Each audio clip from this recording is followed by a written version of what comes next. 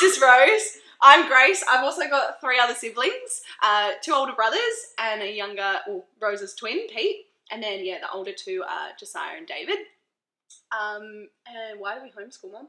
We homeschooled originally because we had 5 private school fees, and we thought, well, we were going to be having 5 private school fees, and we thought this is not going to work on our current finances. So we thought, okay, well, let's just pull them out of school for a little while until we get back on our feet, and then we'll put them back in. And we loved it, so we continued. We were seeing the fruit in our kids' lives. We were enjoying it. They were doing well academically, socially. I was enjoying it. So we said, all the way through, baby. No, but we actually still did year to year. We still said, look, we'll only reassess it every year. We're not going to say we're going to do it forever. But you did do it forever. We did do it forever, but we would just reassess it year by year and case by case. Oh, we might have not have had fun in every year, but no, I didn't. We didn't ever go back to school, but there were years that weren't quite as fun as others with various family situations we had. But it was a good thing to continue. We weren't thinking that homeschooling was putting us back in school wouldn't have been the answer. No, my husband had a breakdown, so that wasn't sort of a fun time, but we were still as a family working, away quite nicely, and that was something on its own that obviously had an influence on. But it was a good thing it was a good thing to continue to be together and to enjoy being a family. Oh my Bedroom, dressing room. Yeah. So we had to be up by a certain time. We had to start. But they were always up earlier. You were early risers. Yeah. You Especially in primary school. We were all early risers. When I hit high school and later high school, I was like, you need to get up now, because otherwise I would have just slept forever. But yeah, we'd get up, do our bed, make our bed, clean our room, get dressed, and brush our hair, and get ready for the day. Otherwise, it's typical homeschool bedhead. At 11 o'clock, they're still still in our pajamas. Still quite adamant about everybody to get up and get on with the day and have some form of morning routine. Yeah, have breakfast, then get into your work, your chores, feeding your pets, or empty the dishwasher, or whatever it was that your responsibility was. And then we could do our school and then literally play for the rest of the day. Well, then we would have morning tea. That's when we would gather around. I would prepare I would get little muffins or a slice or a cake or cut up fruit, and then we would. I found that was a good time to do any Bible reading, or I would cheat actually. Instead of actually reading the Bible, I'd get the kids to put on the CD, reading through the Bible, and they'd mark off where we're up to, and I'd play. We'd probably listen to the whole Bible. Yeah, probably about 4 chapters while we're eating our muffins, and then we'd have somebody, we'd go around and people would ask a question. They all had to ask a question, because otherwise no one's listening. No one's listening through Leviticus. I mean, just stuffing the food that they don't want to eat down the lounge. You take the cushion off and there'd be 1,000 almonds. And you're like, sultanas, Brazil nuts. Brazil nuts. Never favourites, but the muffins, they were all. And it was like a nice chill time in the morning.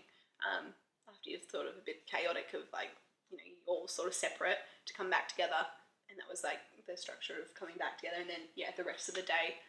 People would finish work at different times, then they would go off and play with their pets, or swing a golf club, or go to the beach, or go down and play golf, or and then later in the afternoon would be your sort of extracurricular things, dancing or piano lessons or sports, cricket practice or soccer, or going to the beach a lot throughout, or pretty much going anywhere. I really outside going anywhere during school hours. Yeah, where there weren't school kids. So you'd go, and we used to love going to the beach, so we'd go to the beach a lot, and I would love going there. Other homeschooling families, or we'd ring up and say, it's a perfect day, let's go for the beach. And I think there was one run of beach days, maybe been early February when all the schools had gone back, it was just a high and dry weather. 14 days in a row. 14 days in a row where we just said, let's go to the beach, let's go to the beach, let's go to the beach. Yeah. That's great. And Love that. yeah, and it was quite funny because it'd be easy to see the kids on the beach because there was nobody else there, or just another homeschooling group. Or So going to the grocery store during school hours, everyone would always ask you, why aren't you in school? And you'd have to sit there being like, Mum, answer. I definitely wasn't necessarily like the curriculum side. I think it was being able to hang out with my siblings because we've got a pretty good relationship, even as adults now. That just was formed throughout spending so much time. So much time. So we used to live next door to a reserve. And so we'd get our work done and we'd just go into the reserve and just like play like all imaginary games till we were like, and build cubby houses and do things that like was probably not too cool. old to really still be cool, but because it was just us, we used to do that and just spend a lot of time together doing that. So that was pretty fun. Rose particularly used to drag her mattress into Grace's room, like for a sleepover. I used to have almost every other night. I used to have sleepovers in Grace's room so often that I just got into the habit of it. I eventually got rid of the bed in my room, and then I would sleep in Grace's room even when she wasn't there. It was a bit like looking back, definite anxiety issues. But No, but it's just I love you so much. It was definitely a safe place for you. Yeah, well, I liked all the Patricia St. John books, and we read those. Chronicles of Narnia. Yeah, Chronicles of Narnia, the DVDs, the audio dramas. Focus on the Family put out the audio dramas, and I think they were one of the best investments. They were quite pricey back in the day, but if we wanted a quiet time, we'd put them on. Or even if the kids were sick. Like still like into like my adulthood. If ever I was sick, I'd be like, I want to chuck an audio drama on because you're so sick you can't like watch a movie even or read. But the audio drama you just listen to it and you'd be hearing a glorious story that's even more engaging than potentially just a book because you're hearing sounds and it's like you're watching something but you can keep your eyes closed. But books, I would try and read a good book and get, like, even if it was just a chapter a day, possibly wasn't as much reading to the kids as I would in hindsight. That was something that I could have improved on more, but I sort of still had to pick my battles, and so I insisted on like if it was a good book or there was, I would say, okay, even Heavenly Man. I remember you were very young when I read that book to you. Yeah. I was crying, and they'll go, Mum, don't cry, Yeah, don't cry. sit But there there were some really good books that I think it's worth reading and worth actually insisting on the kids sit down and like, okay, well, if it's Treasures in the Snow, make it like buy chocolate and sit them down. Okay, we're going to eat Swiss chocolate. Okay, well. Or with the Chronicles of Narnia, we had like the Turkish Delight and things. Make like them live. Make the books appealing to the kids, and then stuff it down their throat. There was a lot of like books I like now looking back on. I'm like, oh, why didn't I love that more? And at the time was kind of like, yeah, whatever. But was very grateful. Then even like sometimes it's like a couple of years, I'd be like, oh, hey, I'll go back and reread it either myself or just like how it, Even just exposing them to the value of books, and so that they know they can now go and choose whatever books they want to read. But they've had a foundation of books are good. Books take me into a new world. Books expose me to stuff that I would normally not see in my normal life. So I think that was something very good that we did, but I didn't do it as much as I could have. We were very an outdoors family. Yeah, even the boys, like even the amount of time that we did spend, even I can still remember it was a struggle for you to get the boys to stop for a while. Yeah. And there was a bit of whinging and complaining. And if there were littler kids, because I do remember that, when you've got older kids and then you've got little ones, it was normally you sit and listen. But when they're little, you say, okay, you can play with the blocks, or you can draw while we're listening, but we are actually going to be quiet while Mummy reads. So, but there's real value in getting together. If you're going to have to bribe them with food, do it. You know, they can vacuum up later. Yeah. Check behind the lounge. Yeah.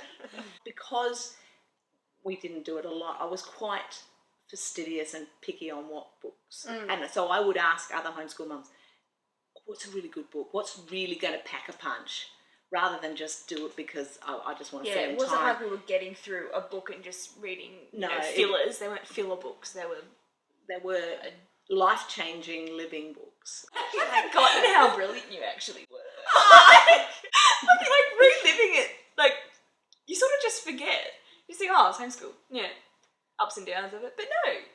Well, I was fortunate because there were a lot of other mums that were sort of trying this together. So we really did a lot of mums getting, and in the early days in Sydney, we had a planning night for the mums once at the beginning of term, and we would share ideas and coffees and cakes, recipes, and homeschooling resources. Yeah, what was good, what's working for them, how we're going to plan this term, and even how fond we are of each other's kids now. Because we've shared so much time together, we've had cups of teas at all hours of the day and night, we're very fond of each other's kids. So now I'm hearing, as their children are growing up, I quite delight in rejoicing with their successes, and wow, they've done so well. I remember when they were doing this and doing that, and it's really satisfying to look back and see. But yeah, it's so valuable to have other mums. It was when it was so new in Australia, to have other mums that you could bounce ideas and say, what are you going to do here, or what's a good book? I need a good book. And they'd share. They'd say, I've just read this, you've got to do that. And so I was very fortunate to be amongst very generous other mums that were happy to share. Our homeschooling didn't necessarily look like anyone else's family and what that looked like. Yeah.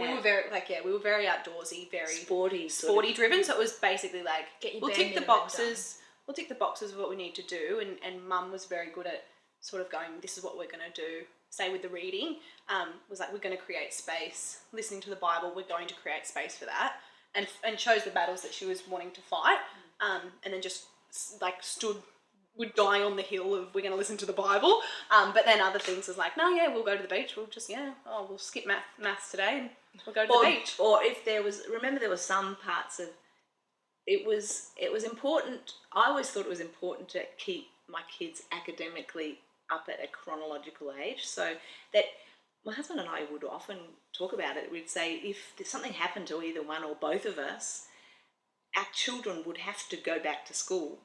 And so we wanted to make sure that regardless of whether they were ducks of the class, or that wasn't so much important, it was that would they be able to slot into their chronological grade. And I was more than happy that they would, if something happened to us, they could go and be cared for by my family or my brothers, and they could live with them, but they would be able to go back to school.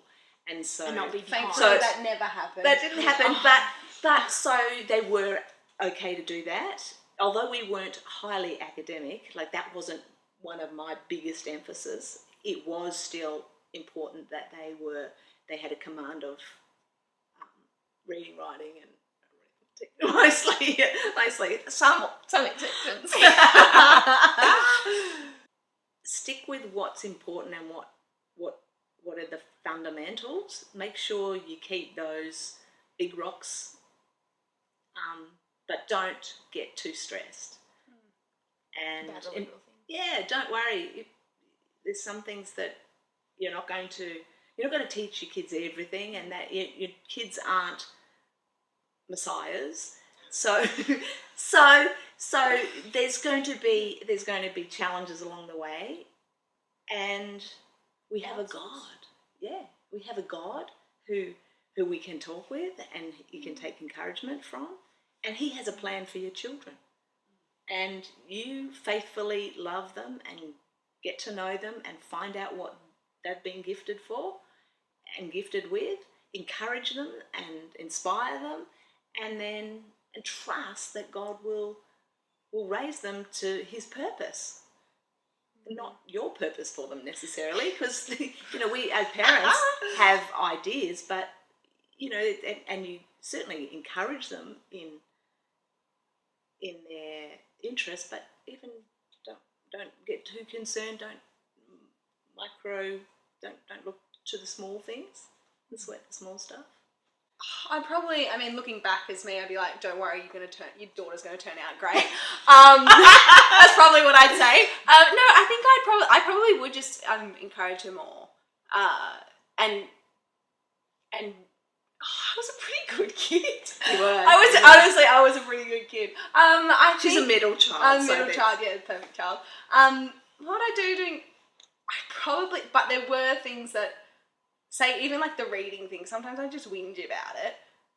Probably just like, oh, okay, and just respect when Mum says something, just do it. But that's just a kid being a kid. Yeah, but like genuinely probably would be more thankful. Wow. Yeah. That's nice. Thank you. Your intentionality was very clear, I think. You were very intentional in everything, and that was very apparent in all decisions that you made. And even if potentially I would kick up a fuss, you were very good in also explaining your intentionality. So a lot of the time it was, well, this is why we're doing something, and then this is why if there wasn't an explanation, it was, well, you just have to trust us. And so then that wasn't a constant thing. So if there wasn't necessarily an explanation, you would be like, well, I can trust you enough that you making decisions for my best, with the best intentions for me. Even if I, as a 13-year-old, disagree, as you always will, there is the element of trust. I'm going, okay, well, I know that even if I disagree, you've got the best intention for me. So, just chill out. Chill out. You did good. I don't think you can, as a mum, I don't think you've got to be careful that you don't try and do everything, and you can't do everything. You've got to pick what's the most important and move with that. Don't try and have a perfect house. Don't try and have perfect culinary skills. Don't try and have perfect social settings. Don't try and have perfectly behaved children. Don't try and have a huge house if that's, don't try too hard to cause, because otherwise you're going to fragment, and that's not worth it, and you lose the essence of why you've had a family and what you want to do with your life. So major on the majors and relax the things that, even if they're important to you, like now as my children have left home, I can now pursue the things that I had to leave. I remember when I had kids and we had a backyard for a soccer field and a cricket pitch, I literally had 1 metre by 1 metre vegetable garden. And I just laughed. I said, that's all I could sort of manage, number one, and all that was allocated to me after a soccer field and ducks and golf and rabbits. There was a metre by metre, and I learned that is okay. And now I've got the whole yard. I can choose to put a pomegranate there and an olive tree there and mangoes and avocados, and I've got a lot of time and space to do what I want. But in those times when you've got a young family, just let some of the things that you hold dear not die. I'm not saying to deny yourself totally, but just sideline them for a little while, because otherwise, if you determined to hold on, you may lose the important things that are really important. So just tuck them away for a little while, and if it's a year or 2 or maybe 10 years, you have to just sideline them. Don't worry, your day will come. I always loved the idea of homeschoolers together and families to have devotions. Like that was sort of like, wow, you're a real Christian if you can do that. But I struggled with that. And because it sort of does grate a little bit with our lives. It just sort of grate. Anyway, what I purposed that I was going to be devoted rather than enforced devotions. I was going to be, as a mum, I remember locking myself. This first thing in the morning, I'd get up and because I knew I'd always use the bathroom, I had a Bible in there and just read a chapter. Literally, that was all. When the kids were little, they'd knock on the door. Mum's in the toilet. I remember knocking on the bathroom. Oh, Mum's reading the Bible. So I purposed to have a devotion, and I purposed to be devoted. And out of that, rather than enforce, okay, now we're going to read the Bible, I thought when I'm driving down the street or when I'm walking round the block or when we're going to cricket practice, that's when I would just drop little, oh, have you thought of this? Or this is what happened to me. Or while I read the Bible, I couldn't believe what I found.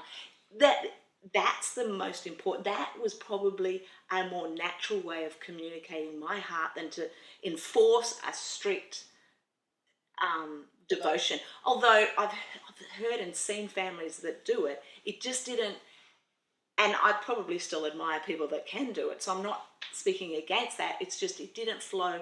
So find out what works with you and what works with your family. And I discovered that as I modelled that devotion and time and value on reading the Bible, that the kids picked it up. It wasn't so much taught but caught. And so now each of them have their own relationship with God, which is the most satisfying thing to me. You know, they are doing well in their chosen pursuits, in their vocations, what it is that they're wanting to do. But the ultimate mum's heart is that they all would want to seek God and call on God, because as a mum, you equip them for life, but you don't really know what's going to be ahead. But if you have given and put inside each of them a love for God and a love for his ways, that regardless of what life throws at them, you know they've got a solid walk with God, that he's with them all the time. Because I think one day I'm going to die and I won't be with my kids. But if you've sort of encouraged and fostered a relationship that they can have with their own Maker and with their own Lord, then regardless of whether they live round the corner like Rosie does, or whether they go to New York and England like Grace might, or I've got 5 kids, they might be in different parts of the world, but I know that God's right with them. I wasn't very well in my end of school years, so for one thing, I probably wouldn't have done very well academically at school simply because I didn't have the energy. Because you had glandular fever. Yeah, and chronic fatigue, so I probably wouldn't have spent much time at school, full stop. But that time the time that I had at home and the time that I wasn't doing school and I should be, I was able to devote hours and hours and hours of sewing and creating, which is now what I do for a living. I really don't think that I would have stumbled along that path if I was at school. Now, again, don't have a crystal ball, don't know what that would have looked like. But yeah, I think the time that I had at home allowed me to literally, devote my whole life to creating and sewing and developing a skill at such a young age, starting a business at 15, 16 is when you started your business. You started sewing seriously like when you were 14. Yeah. I made my first wedding dress for a client at age 15. So, was able to then continue that. I feel... Definitely. For me, I think my creativity potentially could have been squashed in a very regimented... structured? Not structured, was it? Institutionalized environment. Yeah, I think I just potentially just could have been squashed. That could have been squashed out of me. But fortunately it wasn't. Yeah. So I can definitely say for me, it was, I greatly benefited from being homeschooled. Yeah. I loved my homeschool experience. Like, I loved it. I felt like I was given opportunities to focus in and spend a lot of time, just like Rosie, spend a lot of time doing things that were my passion and brought me joy. So I loved it. I think but I think the boys, even the boys have, like the girls have, I think they benefit from homeschooling. And my sons, my eldest is doing very well in the corporate world. He was right from a young one, quite entrepreneurial and focused.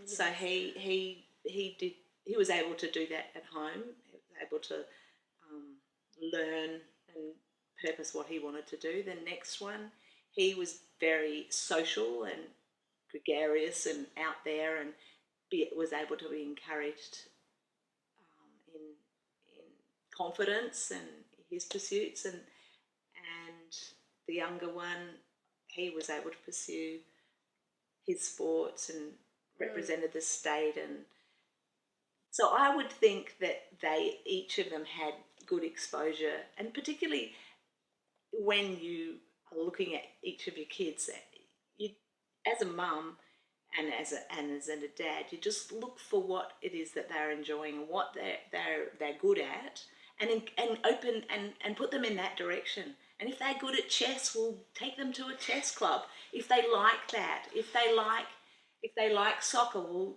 keep them fit, get them into soccer. If they like ballet, do that. Or if they like piano, encourage them, and they will find their way. It's quite amazing if you give them opportunities. And it doesn't mean you move from this to that to this to that. Just over their lifetime. It doesn't mean, this year we're going to do this, and then they chop their mind and they chop this, and you get committed somewhere, but just move a little bit with them. If they decide they don't want to breed rabbits anymore, okay, that's right. We'll do something else, but go with them. I remember going and picking grass with Rose At 8 for the years rabbits. old, my lifelong mission was to be a rabbit breeder. So I remember thinking that was such an amazing career path. life career. Yeah. Yeah, as far as like homeschooling academically, there's no, from anyone that I've grown up with within the homeschool sphere, that they've gone on for uni degrees and within the corporate world, and there's been no hindrance in being like, well, I'm homeschooled, so I'm not going to get the same level of, reach the same level of academia. Mums would be concerned, oh no, my kid's going to get into uni. They can, if that's their child.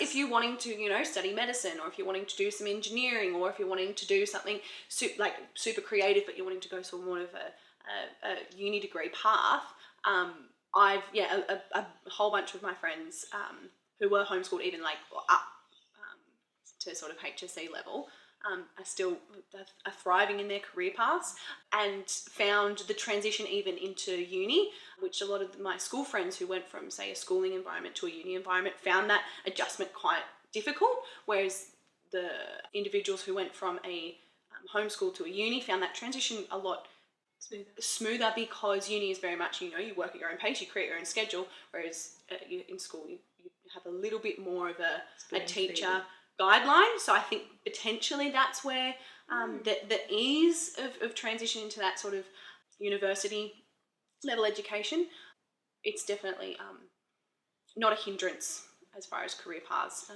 Mums like to know that. So all my kids survive. It's like you and Dad, as parents, you focused and you facilitated what we wanted to do as kids. We were very much more kinesthetic or sporty, or that's what we majored on. We majored on those interests. Whereas someone who does want to be a doctor, or I don't know, a brain surgeon or something crazy, they could facilitate extracurricular learning or outsource for things like that, and they could major on those things. Yeah. It gives you the space to focus on what you want to focus on, and then pull those those gifts or interests out. Yeah. Mm.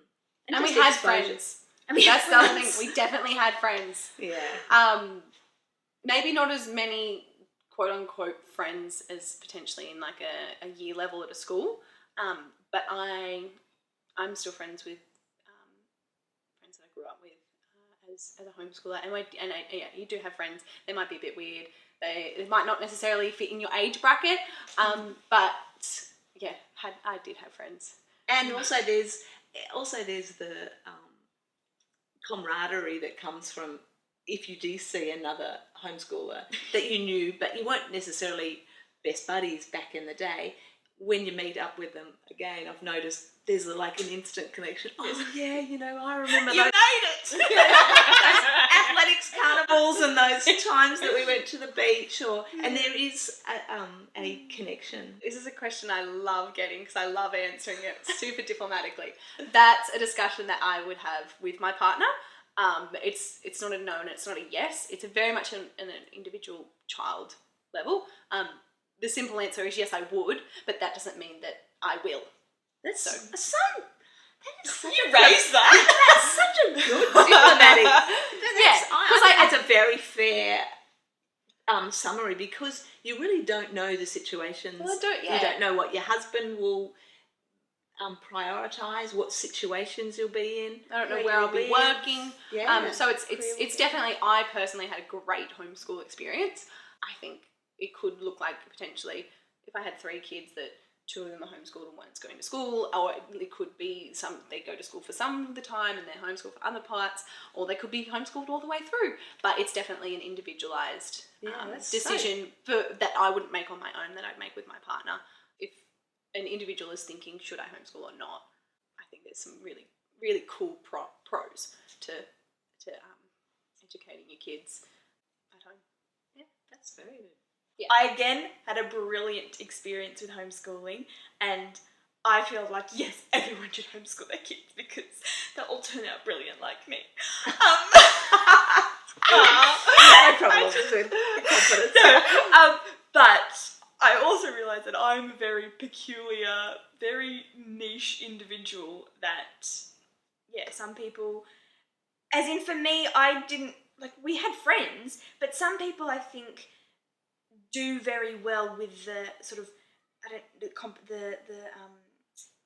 not the competition sort of aspect of it, but the need to feed off other very intelligent people to work. I don't know, but I wasn't necessarily like that. So, like Grace said, case by case, depending on the child, depending on the situation of the family and everything. Yeah. If I birthed children that were very much like me, I would be like, yeah, let's homeschool. But again, depending on. Very good. Yeah. We still turn out alright and we still love each other. Even And I though love Mum you. had a big oopsie-daisy one day. Yeah, let No, one no, day. let Rose tell the story. Rose is Okay. traumatised. So I wasn't that great at math. Maths, how do you say it? I don't know. And there was this one problem that, what test was this what we were doing? Was it a NAPLAN? A NAPLAN test. And maybe I had some learning difficulties, I don't know. Maybe it was we hadn't coached you to the test. Oh, and okay. You hadn't seen a test like this before. So I'm sitting down But there. it's like year 5, so it's really easy. It's maths. really easy. And Mum, she was at the end of her tether. She was Which is really the at the end of her it. She was tether. really at the end of it. I'm trying to do this thing and I don't know what it means. I don't know how it works. And Mum just says, why can't you get this question? She was literally yelling at Rose at the kitchen It's table. so easy! And we're all like, And I'm sitting there bawling my eyes out being like, but I don't understand. Why can't you understand? It was so funny. It was so everyone ran away. And I'm sitting there, spotlight on me, just being like, I don't know. That wasn't a good day. That was No, not one but of the best. But that's okay, because we still love you. Can mostly. have some bad. and though she looks like an angel, doesn't mean that every day she was one. Yeah, no, yeah, there's definitely some whoops-a-daisies. Yeah. thing is that another mathematical adventure is that she was very good, because early days she taught my twin and I maths by keeping it secret from the other kids, but she would give us Skittles, and my favourite thing to do was subtraction, because we could eat the Skittles. So that was just a redemptive story of the whole maths trauma. So what you're saying is now I owe Grace a packet of Skittles. Nah, because I definitely knew it was happening. Going downstairs. You don't have to be perfect to be a great mum. There's not one way to be a perfect mum. There's a million ways to be a good one. Yeah. Oh, and just because there were days where you were at the end of your tether, or days that you did potentially, couldn't understand why your children weren't brilliant, doesn't mean that you're doing a bad job and that you can't do it all and you just got to quit. It's just more like, take a breather. If there was one thing I could say to mums, how you can get through and how you can manage it on a long term and do a long journey, is surround yourself with a handful of other mums that are going through a similar, get connected and encourage one another. That is a really good thing, because you're not really an island on your own. And don't compare. Just enjoy watching and gleaning from somebody else. Like, I have wonderful memories of getting together with other homeschool mums and hearing so many, oh wow, that's a great idea, I'm going to do that. And there wasn't any it wasn't competitive. It was like, there you go, you try that. Oh no, that will not work with my family. So we just left that one. But take something, and share it around and encourage each other, and you'll have a happy time most of the time.